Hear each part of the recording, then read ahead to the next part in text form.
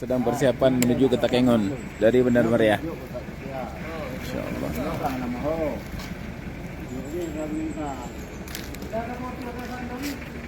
Bismillah, hari ini tim Aceh Sinergi insyaallah menuju beberapa posko yang ada di Benar Meriah dan Takengon.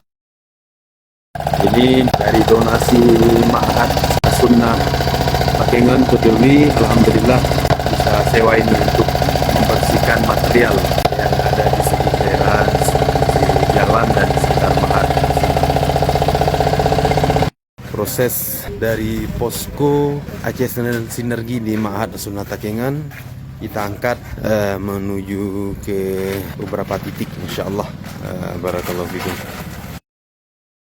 Ini tanah longsor di depan atau di jalan menuju Ma'had As-Sunnah Takengon. Dan kemarin alhamdulillah dari donasi Ma'had As-Sunnah Takengon Peduli, mereka dah coba usahakan masuk eskavator yang kecil, pindahkan tanah ini. Alhamdulillah masyarakat senang sekali udah bisa melalui jalur ke kebun mereka.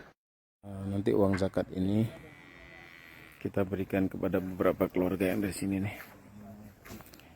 Ini rumah sementara yang mereka bangun untuk mereka bisa tempati setelah terjadi banjir bandang.